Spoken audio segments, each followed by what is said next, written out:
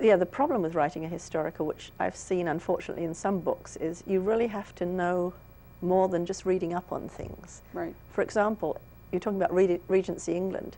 If you have some Americans who write Regency and later periods, they don't get it right. If you're born English, you know the differences between Jane Lady Ascot and Lady Jane Ascot. Exactly. And, you know, all these things have to be right. You're dealing with royal circles. You have to get your terms of royalty. You know, you don't call the Queen Your Highness. She's Your Majesty. I mean, right. she's not, she's ma'am. But and the Duke is Your Grace. Yeah, He's never, you know. So, you know, that's where you can really slip up. And for me, if you destroy my credibility like that, then the rest of the book is suspect. Well, I think also there's this, you know, creeping erotic quality into Regencies that, in my view, do not belong in Regencies. So some of them have become, in my view, real bodice rippers. Oh, and, absolutely. You know, not the real thing. Yeah. Well, you've done incredibly well, obviously, with Murphy's Law, and congratulations on your nominations. But talk to us now about Constable Evan Evans and his little village, which I won't try to pronounce. It's called Llanfair. Okay. It's spelt Llanfair, but I chose a very generic name because Llan means saint, and Fair is the mutation of Maya, which is Mary. So it's St. Mary's, St. Mary Mead in Wales.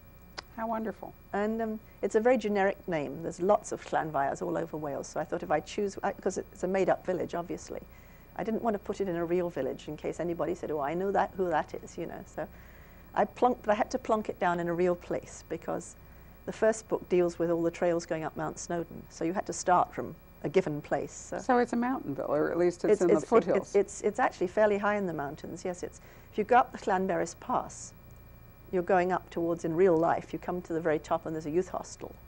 So I've put the village a little lower than that. There is an actual village called Nant Peris, and I've just put this a little higher up the pass. And there's a nice, I drove up and saw it was a nice flat area where I could put a few houses if I needed them. And Mount Snowdon is the largest, or the tallest, rather, mountain in Wales, right? Yes, it is, yeah. I've been up and down it, but I just wanted to be sure. It's the highest mountain apart from Ben Nevis in Scotland. So.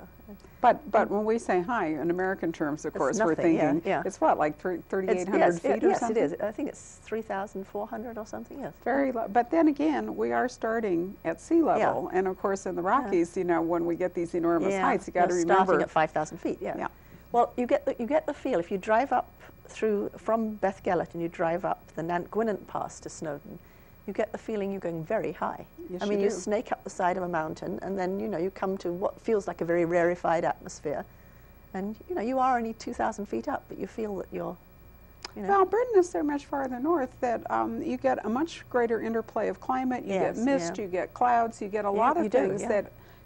For us, you have to be at some 10,000 foot level to achieve. So, you're right. I think that I've been to Skye. You and I were talking about that. I've been to Ben Nevis. I've been over the Peak District. And you always feel, even though intellectually you know that it's not very high, as though you're at the top of the world. You feel you're on top of the world, don't you? Yeah. And you've got the bogs and the grouse and the bogs and the heather and all this sort of stuff. And in fact, the little microclimates are really pretty dramatic, aren't they, as you go up? You're way above the tree line, of course, on the top of Snowdon, which you wouldn't be in California. You could.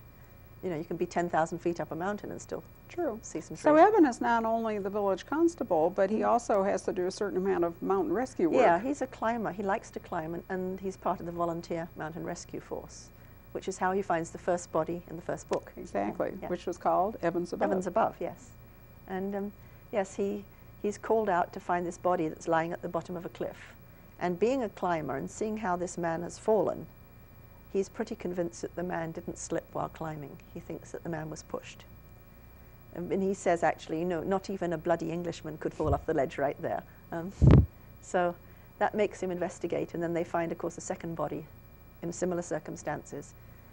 And then he has to look into this because he needs to know, even though the police have more on their hands at the moment and they say, just let it be, So he looks into it and finds that it's linked to a tragedy that had happened on the mountain many years before.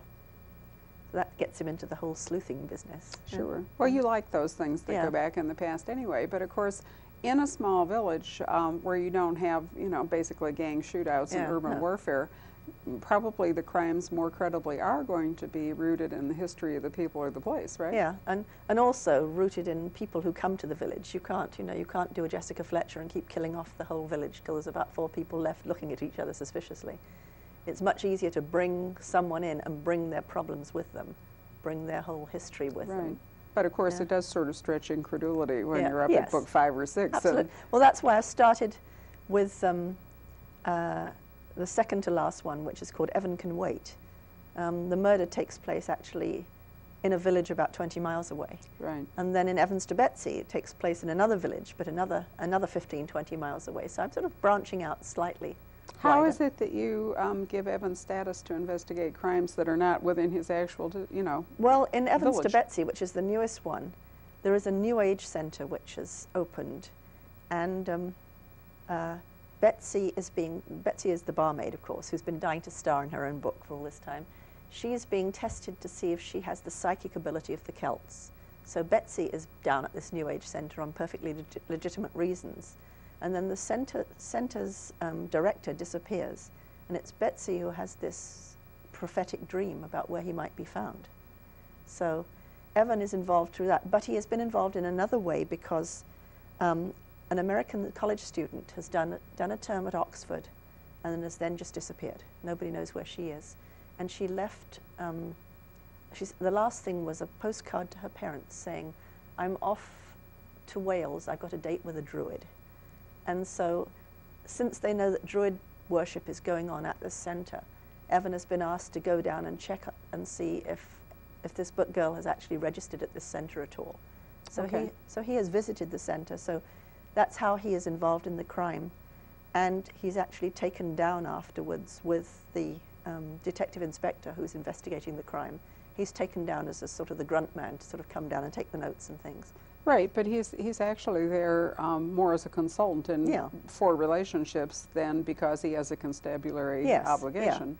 Yeah, he just happened to be in the right place at the right time in this, and of course in Evan Can Wait, because he's been assigned to look after this team that's making a documentary to raise a World War II bomber from a lake, and also do this documentary called Wales at War. So he's been assigned to look after them, make sure that everything goes smoothly for them, to keep the local people away.